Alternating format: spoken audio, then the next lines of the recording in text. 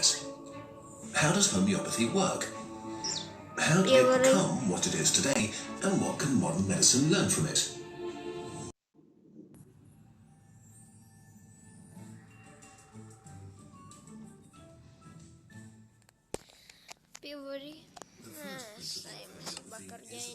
Cures like. Remedies use ingredients that cause the symptoms you want to cure. In practice, that means that remedies against fever could, for example, be made from belladonna, which also causes fever. A mixture based from bee venom is used to treat itchy swellings, and so on. The second principle is a special method of preparation called potentization. The idea is that diluting and agitating the ingredients activates their curative powers and enhances their effect. To do this, the ingredient is dissolved in alcohol or distilled water. Homeopaths take 1 part of the solution and mix it with 9 parts of water, diluting it down to 1/10 of its original concentration and shaking it. What you have now is a 1x potency, 1 part ingredient and 9 parts solvent, named after the Roman numeral X for 10. Now this process is repeated. Take 1 part, mix it with 9 parts of pure water and shake it vigorously. Now you have 2x. You do this again and again until you reach the desired grade of potency. The finished remedy is then taken orally, or sometimes it's applied as little sugar pellets that are sold as globuli. A 20x potency, for example, is like dissolving 1 aspirin pill in the water volume of the whole Atlantic. But many are much more extreme, like 30C, for example. C means that the mixture has 1 part ingredient and 99 parts water. So the commonly sold 30C mixture means 1 part ingredient and 1 million billion parts of water. If we wanted a globally pill with a single atom of the original ingredient, then our pill would be the diameter of the distance between the Earth and the Sun. 150 million kilometers. A pill so massive that it would collapse into a black hole under its own mass. Because of this, potentization is one of the biggest criticisms of homeopathy. The extreme dilution is supposed to make the ingredients more potent, but on a physical level, this doesn't really make sense. Most homeopathic remedies are diluted so much that not a single atom of the active ingredient is left in them. The explanation of why the mixtures still work is that shaking the mixture after every dilution leaves behind a spirit-like essence of the ingredient. Basically, the idea is that water remembers what was put into it. But if this were true, then every substance that ever met a drop of water would leave the essence behind and lead to unpredictable effects when it was accidentally ingested. Think of all the stuff that lives and floats in the oceans. Every sip of water would be a supercharged homeopathic cocktail. So how did homeopathy become the most successful alternative medicine? In the 18th century, medicine was very different from today. Treatments like bloodletting left the patient worse off than before. So German physician Samuel Hahnemann wanted a non-invasive, natural way of healing and developed homeopathy. And in fact, homeopathic hospitals were soon successful because doing no harm beats doing harm. Hahnemann imposed very strict rules on his patients. First, you had to avoid coffee, tea, alcohol, spicy food, sweet fruit. No old cheese, no onions, no meat.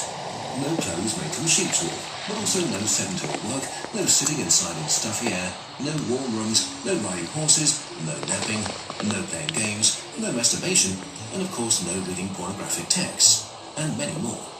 Then, and only then, would his remedies work according to the inventor of homeopathy. Of course, all of these instructions are ignored and not talked about today. Medicine has changed a lot in the last 150 years. Never before in human history have we enjoyed a comparable level of health. Never have we lived as long. And this is largely due to the new tools we've developed. Modern diagnostics, double-blinded studies and scientific evaluation to check and prove which stuff works. Thanks to these tools, after countless studies and reviews, we know beyond a shadow of a doubt that homeopathy does not have any effect beyond placebo. But even so, who cares why it works if it helps people? Maybe you've tried it and felt better, or you know someone that got over a horrible disease while using homeopathic remedies. And there are plenty of reports of it working for children and animals. What do we make of these experiences? The placebo effect is very real and not imaginary. No matter how smart you are, you're not immune to it. If people believe that something will help them feel better, their trust alone has the desired effect. And it's been proven that the placebo effect can be transferred. Children and animals rely on their parents or keepers and are in tune to their emotions. If a parent has a lot of trust in a treatment and eases up, this can help a child relax and help relieve symptoms. This can also be observed with animals who react strongly to the body language cues of the people caring for them. But the most powerful tool of homeopathy is time. Our bodies are survival machines. Infections pass away after a few days. But if you take some remedy when you already feel sick and then start getting better, it feels like it did indeed cure you, or actually it would have happened anyway. The homeopathy industry likes to play the gentle alternative to Big Pharma. But the homeopathic industry is Big Pharma. Billions of dollars are made with extreme profit margins. The homeopathy industry has its own lobby organizations and fights its enemies as hard as it can. A lot of money is involved. Globally, the market is expected to reach over $17 billion by 2024. Some critics even argue that the homeopathic industry is bad for public health because it creates distrust in proven medicine. The belief in homeopathy correlates with skepticism about vaccinations.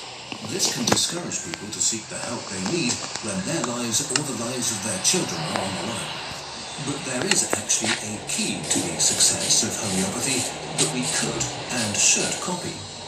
The first consultation with a homeopath can take hours and is very personal. For a patient who's already been on a pilgrimage from doctor to doctor, this level of attention and empathy can make a huge difference to their well-being, even if the conversation was not the point of the therapy. Modern medicine is efficient. It saves millions of lives each year. But it's also a strictly organized system. Tight budgets force doctors and nurses to deal with lots of patients. Consultations need to be time efficient. Diagnoses made quickly, treatments fast, which can leave patients feeling invisible, scared, and left behind. This is what modern medicine can learn from homeopathy. It meets a human need that has been left unfulfilled. Treat people, not numbers. But as important as empathy is, it's not a substitute for actual treatment. Faith can move mountains, but sugar water can't cure cancer. After a short break of a few years, Kurzgesagt is back in German. Thanks to the support of Funk, we have relaunched the German channel and are beginning to upload a video every 1 to 2 weeks. Besides reviewing our favourite videos, there'll be a number of videos that will not exist in English for a while. Check out the channel here, tell us what you think, and subscribe and watch a few. If the channel goes well, the German videos might become a regular thing for years, and we might even do...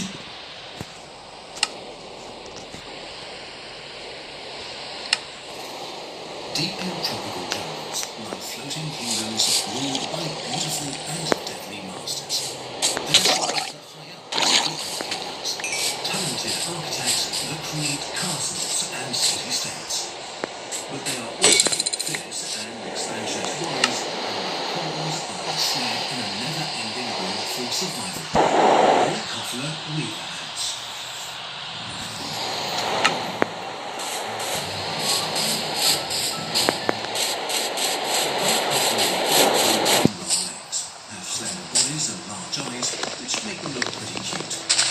Although their strong mandibles and the ability to shoot acid also make them pretty good at killing.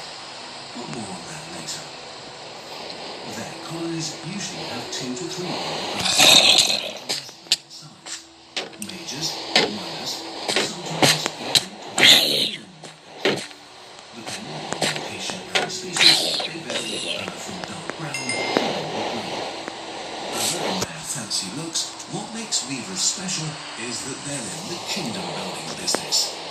They like to build at pretty much all heights, starting in shrubs a few centimetres above the ground and up to 10 metres in the tree canopy. But they're not satisfied with ruling just one part.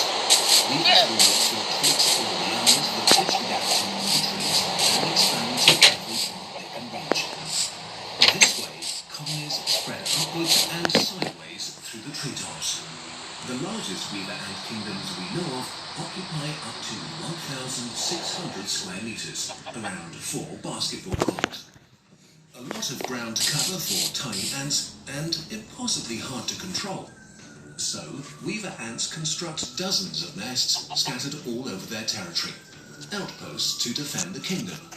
Tubes or balls made from leaves and ghostly silk sheets. These masterpieces of high ant architecture are created by the weaver mages, the larger worker ants, which are responsible for the more dangerous jobs like fighting, foraging, and nest construction. To start a new nest, a major tries to bend different leaves and her surroundings into a tube. If one of the leaves is flexible enough, more workers will arrive to help. Chains of workers pull the leaf's edges together or reach across gaps and grab distant leaves to add them to the construction. While the bending and pulling is going on, other workers carry larvae from the closest nest to the construction site. Usually, ant larvae spin themselves a cocoon to protect themselves, but the weaver ant larvae give all of their silk to the colony as building material. So when the workers tap the larvae's heads on the leaf, they release their sticky thread like tiny, cute glue guns. This way, the workers sew the bent leaf onto itself so it won't unfold anymore. This creates a central chamber that's used as the basis for up to 300 more leaves that are wound around it.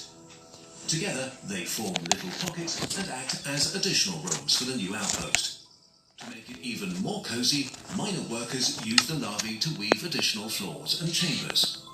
Nests are usually constructed as barracks on the territory's borders or as storage for brood and food supplies. This way, the ants don't need to cross vast distances to their headquarters but have soldiers close to any potential conflict.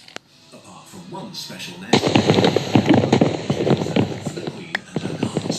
Here, she produces hundreds of eggs a day, which get transferred to suitable nests with brood chambers. So a colony is a network of little castles and moats connected by suspension bridges made from leaves, lianas, and twigs. An established colony usually has 500,000 individuals that need to be fed.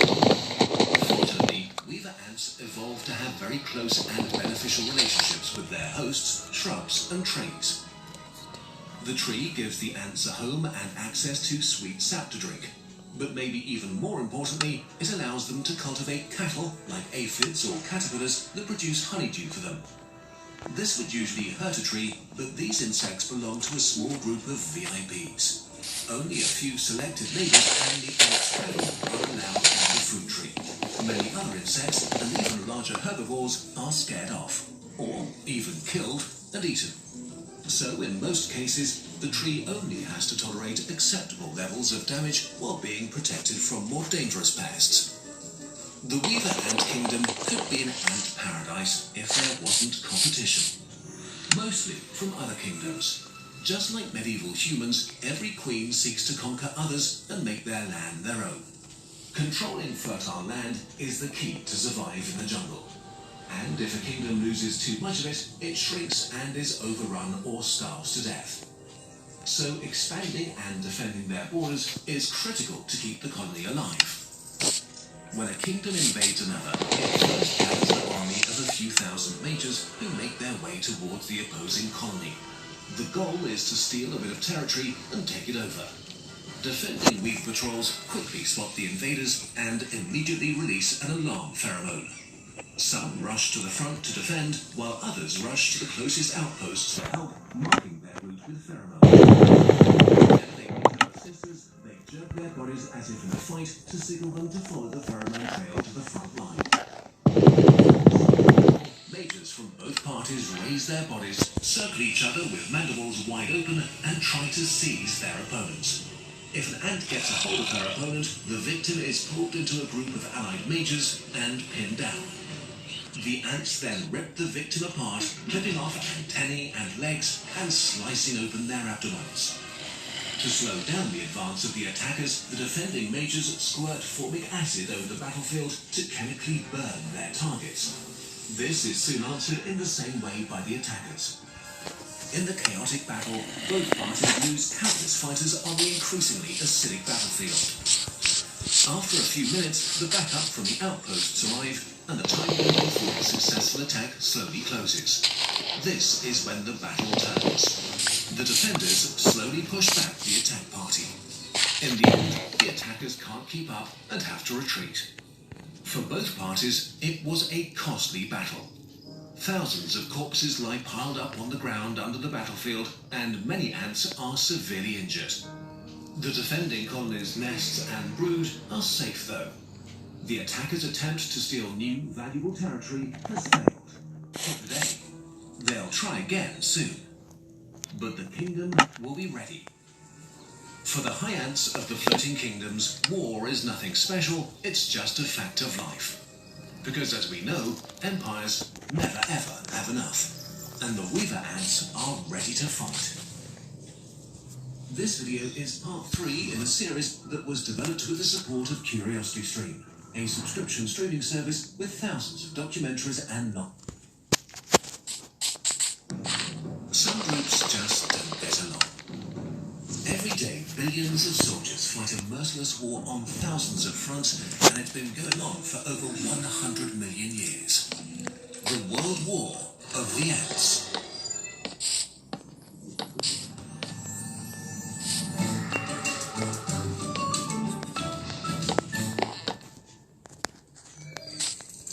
Ants are ancient beings that arose around 160 million years ago and took over a wide variety of ecological niches so successfully that they became one of the dominant animals on planet Earth. Today they count more than 16,000 different species with over 10,000 trillion individuals. Collectively, ants alone make up 20% of the entire animal biomass on land. Similar to humans, their recipe for success is collaboration. While a single ant is pretty useless, together they are able to achieve stunning feats. They construct complex colonies, care for livestock, pursue agriculture, or have complex symbiotic relationships. And of course, ants wage war. Even among the same species, a constant state of conflict is pretty common. Skirmishes, raids and full-on invasions are happening every day, causing millions of casualties. Let's look at some of the most interesting ones in a series of videos. In this one, the army ant, a swarm made for war. The army ant group consists of about 200 different species. Army ants do not build nests, they live a sort of nomadic lifestyle with groups of millions of individuals. On a hunt, some species form large columns up to 100 meters long, killing and immediately dismembering every insect or small vertebrate they encounter. The biggest hunting parties can kill up to 500,000 animals per day. Some army ants specialize in hunting and consuming other social insects like termites, wasps, and especially other ants. Wasps are fierce and may seem invulnerable, but if a swarm makes its way to their colonies, they don't even stand a chance. The much bigger and stronger wasps might kill a few of them, but they are quickly overwhelmed. Even if their queen survives an attack, the army ants steal the colony's larvae and quickly devour them. There is no recovery from that. When army ants discover another ant colony, they immediately attack. Now you might think this would be a more even battle, but it's not. Because army ants act as a social unit, they are especially dangerous and effective. Most army ants are not particularly impressive individually, but they can overwhelm their victims with sheer numbers before the victim colony can mount an effective defense. And so invasions tend to be won by the attackers, and the prey colony is damaged significantly or is exterminated. Interestingly, army ants don't fight army ants. When two swarms encounter each other in the wild, they either pass through each other, ignoring the other swarm, or both colonies just move away. Which makes sense from an evolutionary standpoint. Army ants that fought other army ants probably eradicated themselves millions of years ago. Indeed, they're so deadly that other ant species had to specialize to survive their presence. Many species just panic and evacuate their nest when they notice army ant scouts, carrying as many larvae with them as they can in order to return and rebuild after the attack. Other species have invented living bunkers since fighting is so futile. They have worker classes that have big square heads. When army ants show up, they use them to block the entrances to their nests, so the attackers have to give up after a while. But not everybody is afraid of army ants. Leafcutter ants form some of the largest and most complex societies of any animal other than humans. They live in extensive nests many meters deep and across, harboring millions of citizens with a highly sophisticated division of labor. Like huge soldiers, 100 times more massive than the Raka. Their sole purpose might be to defend their colonies against army ants. They still have a nemesis, though. The diet of the army ant species known as Azembekii consists mostly of the larvae of other ants. Compared to other army ants, they have a more robust soldier caste. So far, they are the only known species that can successfully attack a mature colony of leafcutters. When they find a leafcutter colony, hundreds of thousands attack in a long column. The moment the leafcutter ants notice the army ant attack, they go into crisis mode and immediately alert their soldiers, who very quickly swarm to the site of attack. A front line develops that can be a few meters wide and up to a meter deep. The leafcutter soldiers go head-to-head with the army ants, lock in on them and try to cut through their heads. Smaller leafcutter workers help by grabbing the enemies. Small teams carry out attacks behind the front line, where they dismember their enemies by ripping their legs from their bodies. The attackers, meanwhile, try to swarm their victim soldiers and sting them to death in a mob. Despite the powerful defense and the determined response, the army ants are still superior in numbers. So, not knowing if the battle can be won, the leafcutters prepare for the worst. Workers rush to create barricades and seal off as many entrances to their nests as possible to secure their brood. If the leafcutters are not able to repel the invaders, or at least barricade enough of their entrances in time, the army ants swarm the nest, overrunning all opposition. They penetrate deep into the hidden chambers and steal tens of thousands of the leafcutters' brood to eat them. Even if the leafcutter colony survives, this is a heavy blow. Regardless who's won the war, thousands lay slain on the battlefield. When the army ants attack, death follows them. But there are other species that form much more dangerous ant armies. Species that form super colonies covering thousands of square kilometers over multiple continents, engaging in wars kilometers across. They deserve their own video, though. No matter the scale, war is a part of ant existence, be it between huge colonies or small groups trying to fend off a raid. In tropical rainforests, but also in the cracks of the concrete we walk over every day. Humans have decided that war is not a thing that they want to do a lot anymore. For ants, though, the other ant will always be the enemy. No, some groups just don't get along.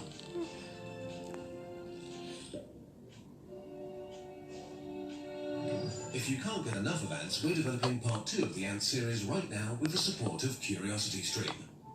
CuriosityStream is a subscription streaming service with thousands of documentaries and non-fiction titles. Kurzgesagt viewers can visit curiositystream.com/Kurzgesagt to get a free 31-day trial.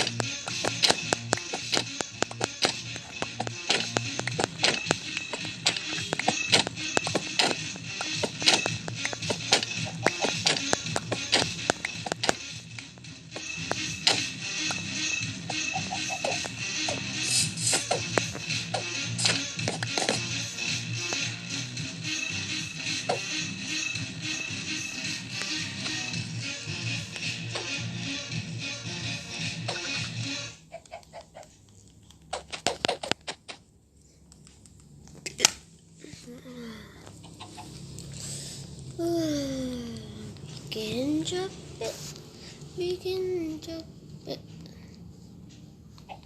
Sentung loyo, sentung loyo.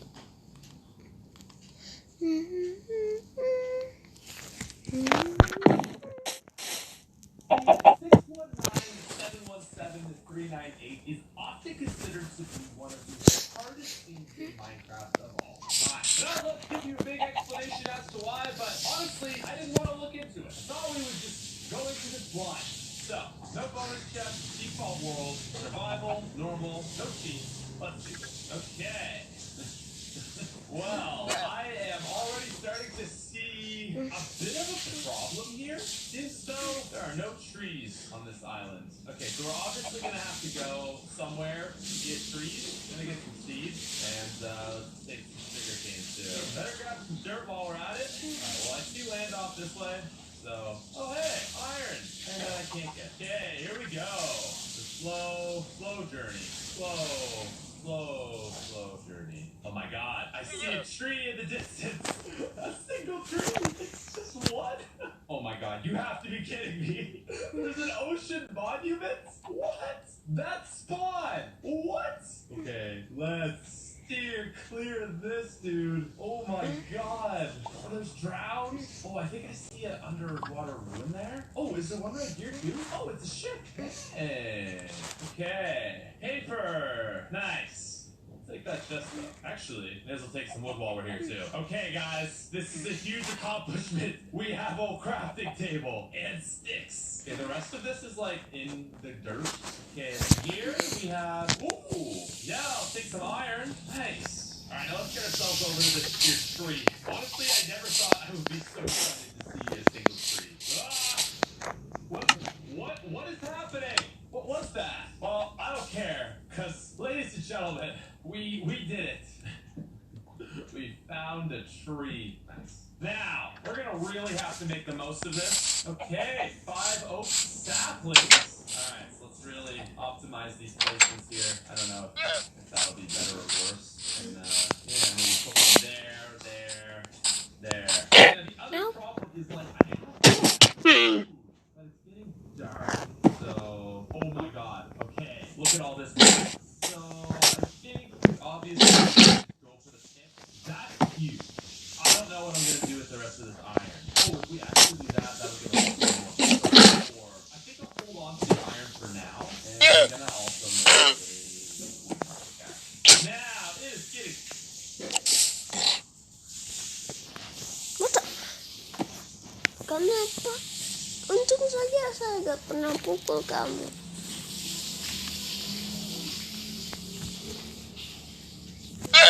Kalau kamu dipukul 1-2 kali. Now, it is getting dark, and I am not safe. Today suara baka. Oh, God. Okay, and do I make the sword? Okay, we won't make it, but we'll leave it as a possibility. Also, there's so much sand on this island, like, how am I even gonna... Okay, I gotta say, so far, this doesn't seem impossible, but your boy is struggling here. Okay, just need to find coal. Aha! Alright, it wasn't too hard. Nice. Get all this coal. It better not take too much. Waste my pick. Okay, I think let's just get all the torches. Safety is our #1 priority. And there are actually not too many mobs on our island here. Let's keep it that way. Place down a bunch of torches for now. This is a safe space. Couple creepers down there. Honestly, I'm just not even really gonna bother myself with those guys. What is that? Alright, I'm just gonna build a wall. Ooh, we should be fine for now. It's just like we really can't risk getting in any fights because we have no food. Now, I think I'm just gonna spend the rest of the night mining. Okay, really not fighting a whole lot. And there goes the pick. Ah! Okay. Where did he come from? How? Man, I just realized we can really not afford to die. Oh my god, I'm stupid. Alright, I'm gonna place this chest down for valuables in here. The wood. Now, the next thing we need, believe it or not, is gonna be a hoe. Oh, I hear something. Spider. Alright, what's up, spider? Oh, I really can't take it, so I really gotta play this safe. Nice. Alright. Yo, honestly, could you guys, like, rate my base? Still, like, a solid 9 out of 10 now. Okay, so now, the real thing. We gotta do this. I should have done this from the start, actually. Okay. Ladies and gentlemen, we have lived to see another day. Next step for this. And, wow. I think if we're gonna live, we gotta go fishing. Come on. Yes! Oh, this isn't as bad as I thought it would be. Come on. Water. Right. Oh my god, this is impossible. This is impossible. Like, I need to go over to those fish. But there's a ball to it. No, come on. You're mine. No, don't go down. Yes! Alright, this is about as close as I'm gonna get. Alright, 2 cod. Alright, I think I gotta use this iron. We are gonna make a sword. Here it is, my fish. Oh my god, I am full. Dude, look at these dolphins. I need fish, not dolphins. Please do one shot. Yes. Oh my god, there it is, guys. We've eaten that. Ouch. Alright, nice. Honestly, your next step. Oh, it do be like that. Huh. Well, this is an unexpected treat from a seed that has been otherwise downright cruel. Down. Okay, we got some stuff. It's not the best, but it's stuff. It's not bad. Go down for this piece of coal. Come on. Yes. Okay, we made it. We'll just leave that as it is. That is huge, though. And actually, when the seed was originally discovered, it was 1.15, so those didn't exist. So I guess on 1.16 it might be actually a little. I mean, not that a block of gold is gonna do us much good if we die of hunger, but you know. All right, back to base. Ooh, that's gonna be another iron ingot. Nice. Now let's cook some fish. Oh my God, we are gonna get to full hearts again. Now. We've done enough. We deserve a stone axe. All right. Wow, look at all that wood. Crops are coming along. Some more fish. Oh, I see more trees over there. It's gonna get dark pretty soon, and I don't want to get over there and not have a base. So I think what we'll do is we'll stay one more night here and then move on. Oh, hi! Oh my God! And it's two. Okay. Oh my God! What are the chances? What are the chances? I didn't think we have 3. We have enough. I love sheep. Also, did you just instantly grow back? We love sheep. Oh my God! This is a monumental day. Now, there's only 1 chicken. I'll leave it here.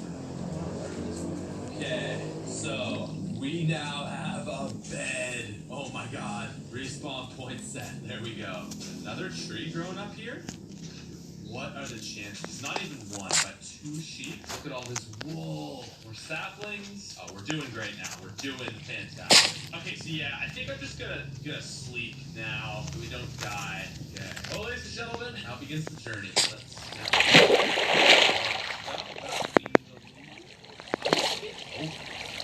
What? You understand?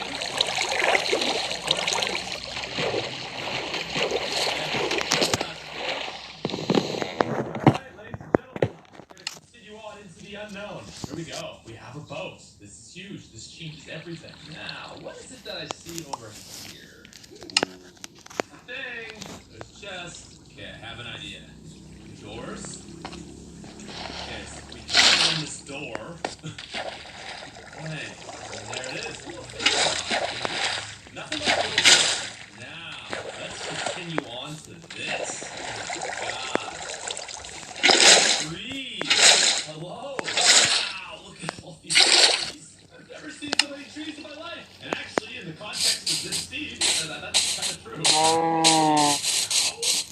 Yeah, a couple cows, actually. Oh, sorry, guys. Oh, I hear things below us.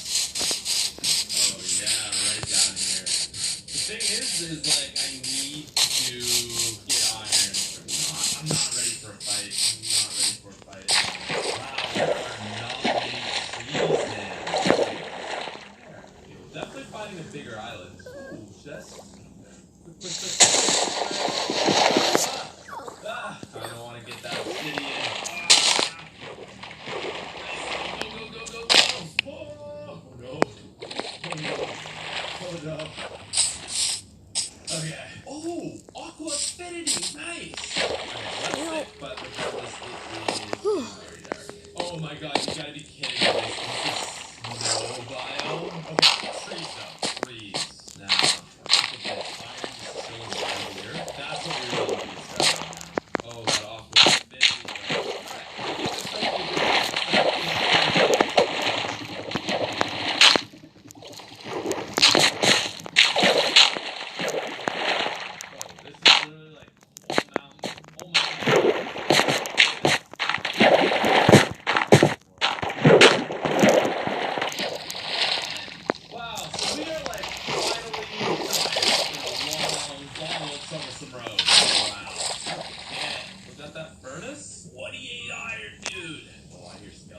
This is not a safe space.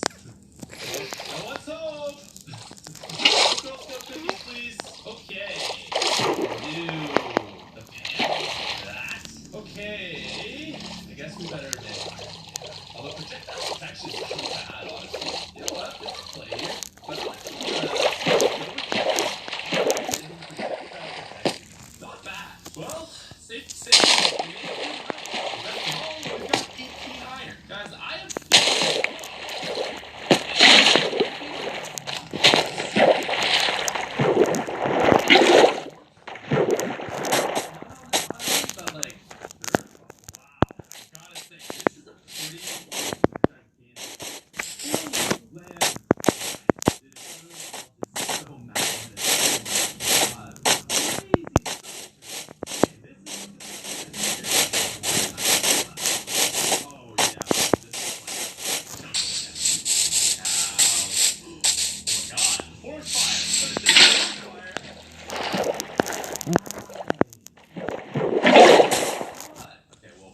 rip this forest. But, okay, this is like the next thing we need to do.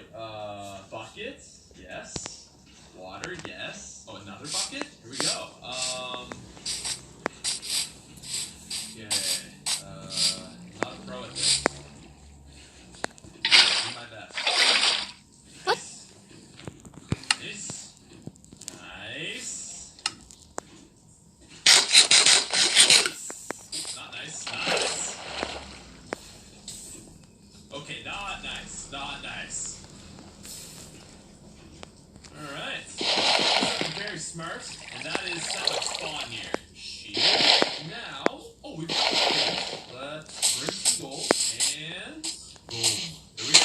Okay. Actually, not a bad spawn at all. Yeah, first and foremost, gold. Ooh. Now, where are the piglins at? Piglet, what's up, boys? Come get some stuff. Or rather, give me stuff.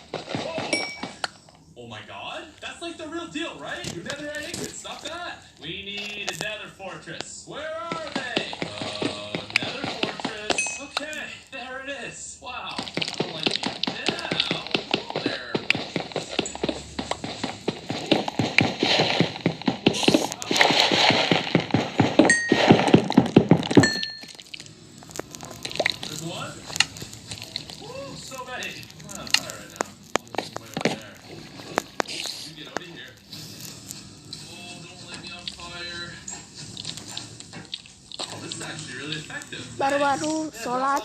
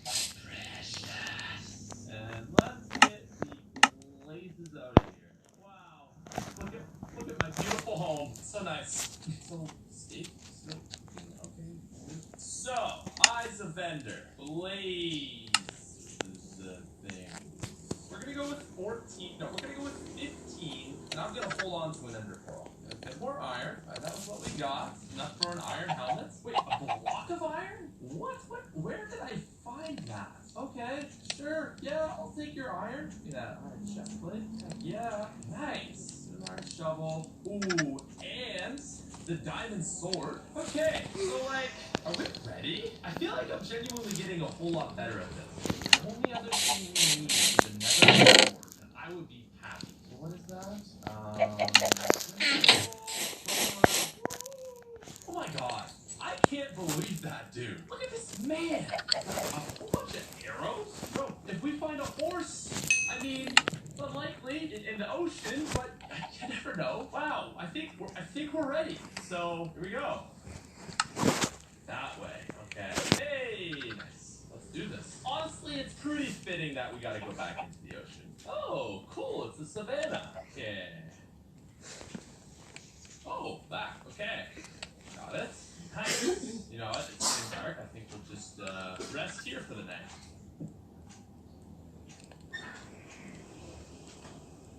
Wait, are Whoa. Oh, there it is right there. Well, I gotta say, this has been like, there's been some very convenient moments of this run. You don't always get this luxury. Look at that, a little entrance. Nice. Oh. Oh, let's see, do I even have torches? Oh, hey. Hey, little rapscallion. Wait. Oh, okay, I thought I saw it right there. I was like, there's no way. Okay. There, Mr. Spider. Ah, look at these creepers, they're traps. Ooh, lots of monsters. No, thank you. Alright, let's head up to nothing. Okay. Hey there. Whoa, hi there. Okay. Ooh, that's like not bad. That's not what I needed. Okay, we got a few spooky scary. Ooh, lots of spooky. Ooh. Fight. You got nothing against you, skeleton. You got nothing. Well, let's just keep that door closed. What we got here? More iron. Bro, where is this stronghold? See. God, look how many. Look at this. Look how many we have. I got all these. I got 5 extra eyes. I didn't need this ready. What the heck? Bro, crash Minecraft player? Okay, now, thankfully, we actually got some string, and that is not, wow, I am. Oh my God. Okay, there we go. We got a bow. We've actually got some arrows. Let's build a chest. Put that there. Leave it in here. I don't know.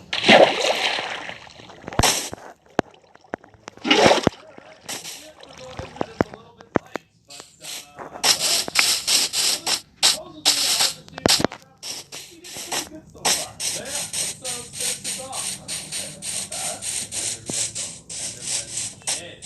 I've used an arrow on it. Nice. Still got it. There we go. Okay. Throw him a little left.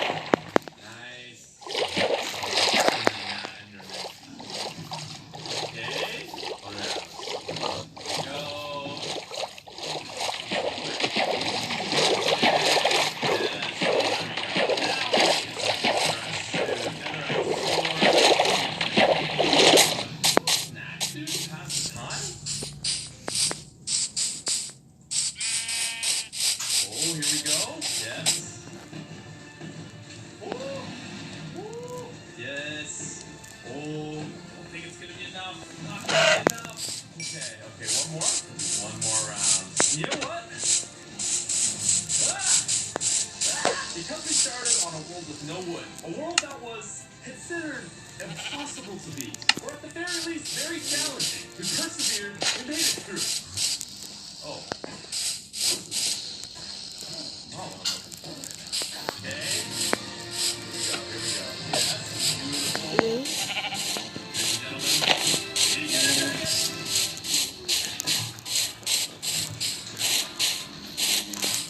bersihkan kembali.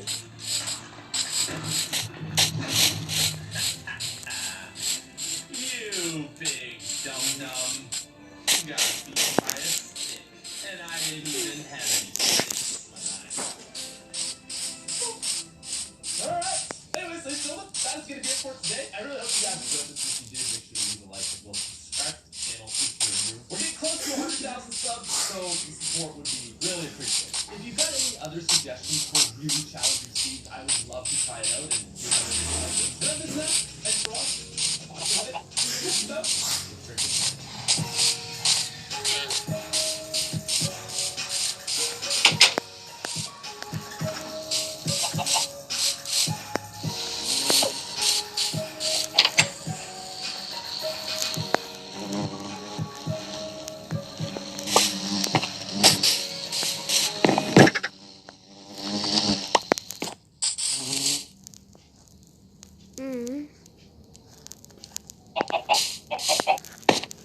So 2 weeks ago, we but a ton of you guys were saying, Patrick, there are easier seeds in Minecraft out there. And so today we're going to be beating Minecraft on the seed that is easy under 2 worlds. World options. Structures on, world defaults, sheep's off, chest off. Okay, so at first glance, it looks like a normal world. And I suppose in a lot of ways that's kind of because like it really is. But as we run through this, we're going to find that there's just a million little tiny things that work together to make this seed beatable in 3 minutes. Now, it should be worth noting that I am not a speedrunner.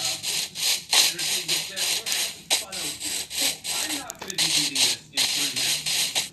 Because that's like the world record of all time. Okay, so I think we've got our wood. Now, obviously, the first thing you're thinking is, oh, this is a great scene because we've got this village that spawns right there. So not only that, but this is an ocean. And allegedly, okay, I'm not saying for sure, but allegedly, if we were to dig right here, you might find a chest just chilling. And okay, two dives.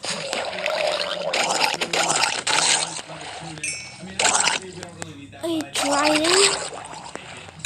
Are you not trying? Start, for sure. Now, we're going to roll up on this village. And you may notice there's some other good things here. First of all, we're just going to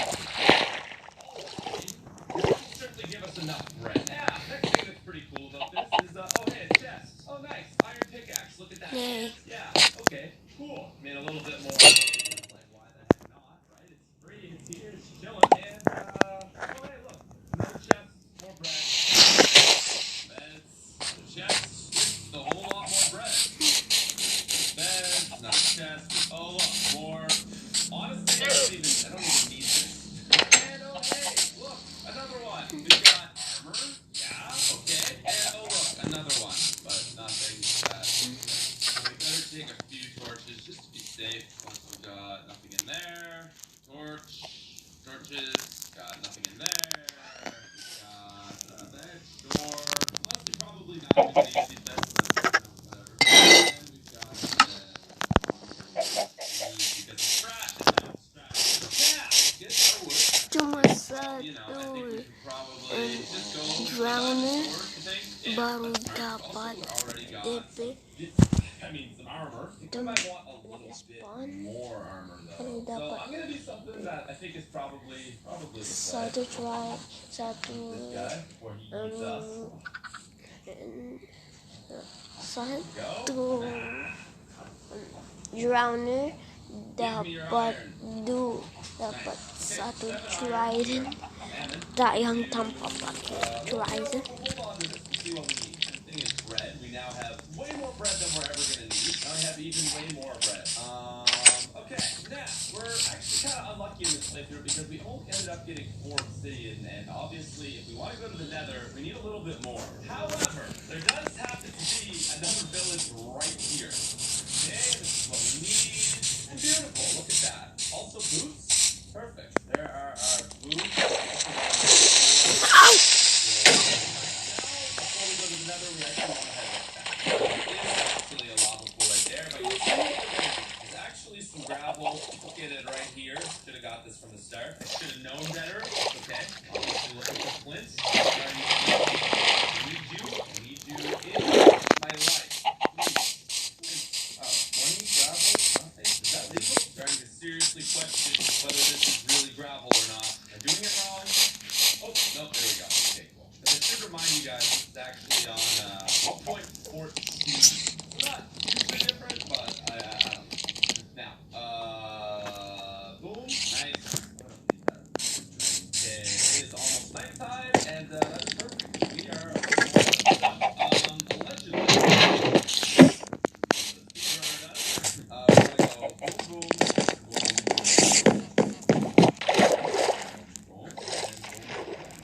we're gonna do all this like that, and alright.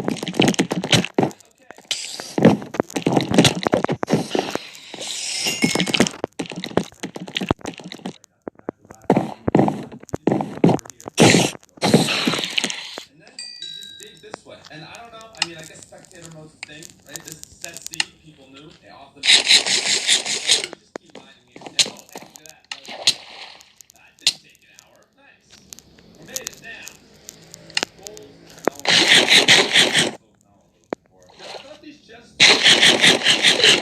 But that's actually what we are looking for.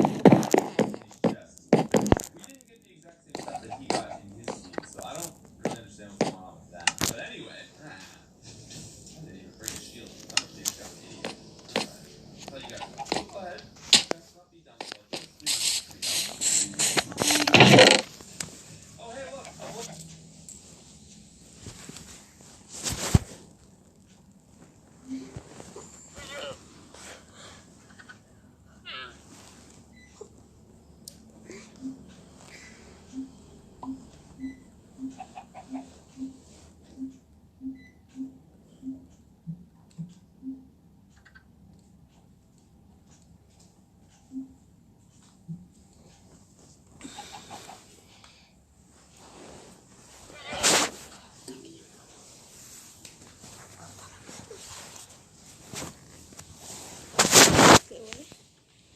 Boleh kok letakkan mau kaki? Tidak, tak mau. Ke sana. Tak urutan mau. Kau capek bobo saya tak usah bermain.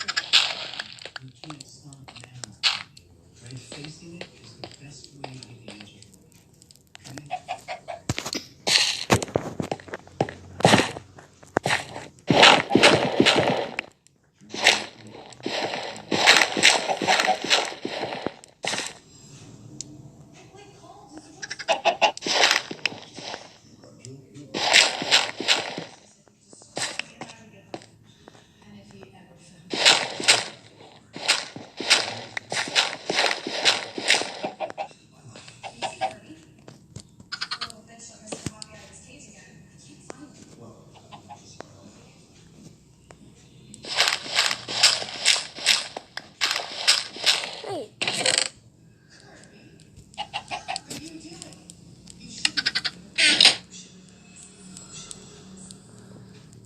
What did you say?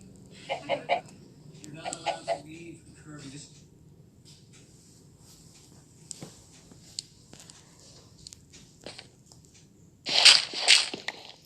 Kamu udah papa baru teman dan kamu mati teman.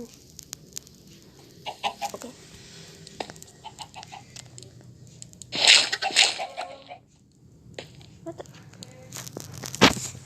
Oh. Tapi itu kenapa?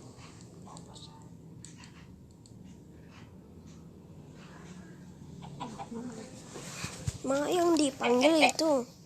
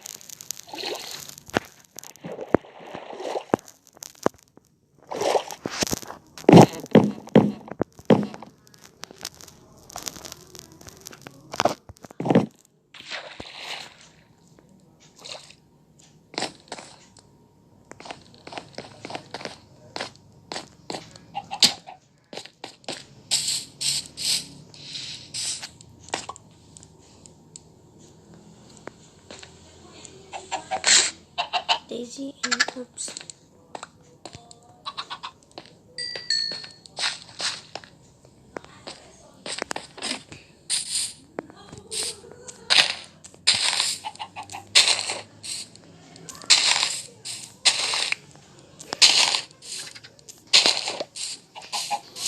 That's a high chance.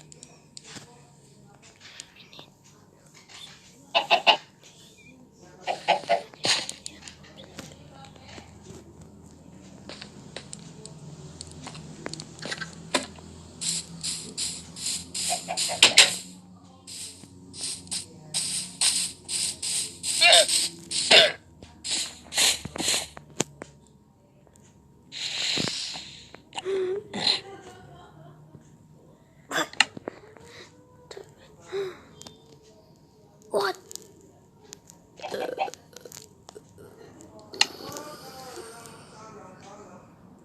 Oh no.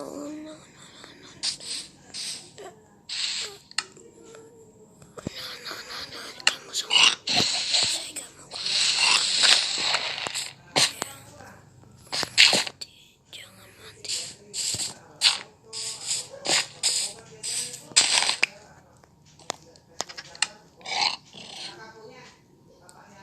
Waduh.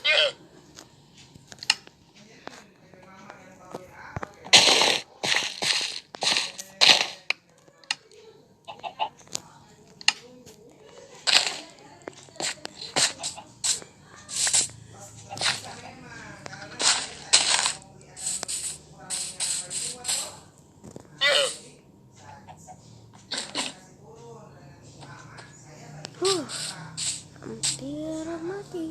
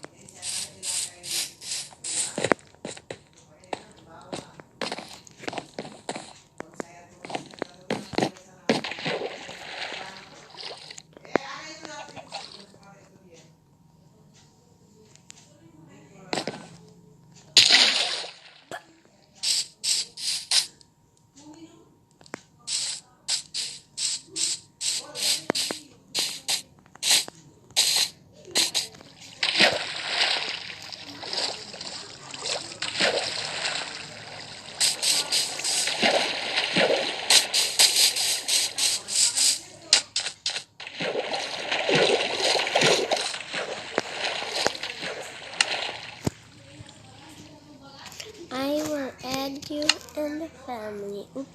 Oopsie and Daisy.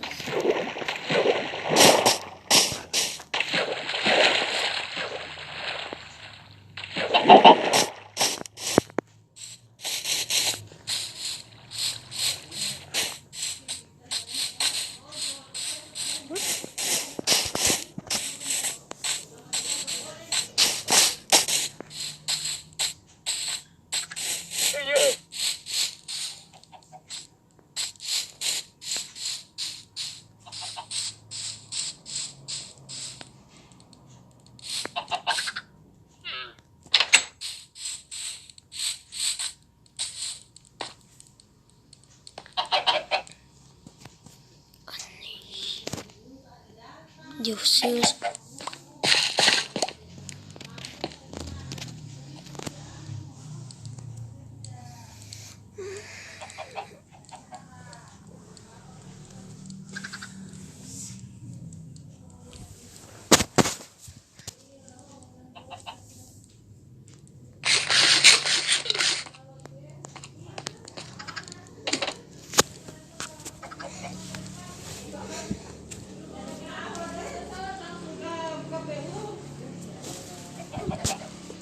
Itu belum buat kan kartunya? Kasih.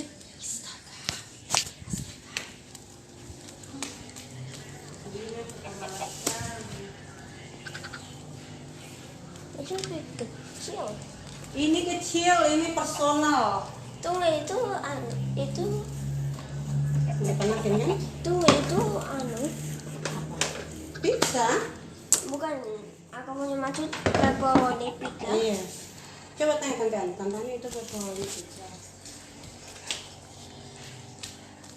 Tante Ani itu Yes, sayang. itu pepperoni pizza. Maybe I don't know because Karena aku lihat ada pepper. It's not mine and it's that not your mom. That's That's pepperoni. that's for machi-machi, no? Yeah. Saya punya mama mace. Ya, mama machi satu potong, jatahnya nanti buat Raka. Aku suka pizza. Oh, sama dong. Kayak pizza kayak gini. Gitu ya. Atau kayak gini.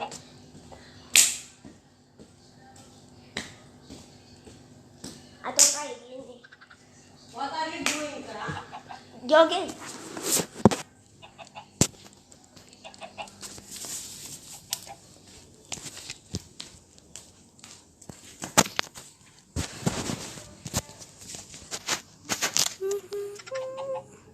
Jangan, ini episode terakhir. Enggak. Episode 100 yang terakhir. Oke, dah.